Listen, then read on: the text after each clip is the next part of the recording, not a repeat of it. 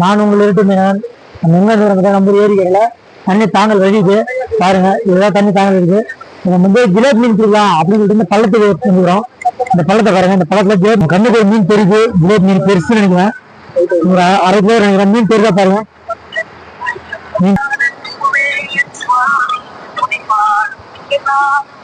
மீன் பைசா மீன் பாருங்க. அரை கிலோ இருங்க ஜிலேபி மீன்.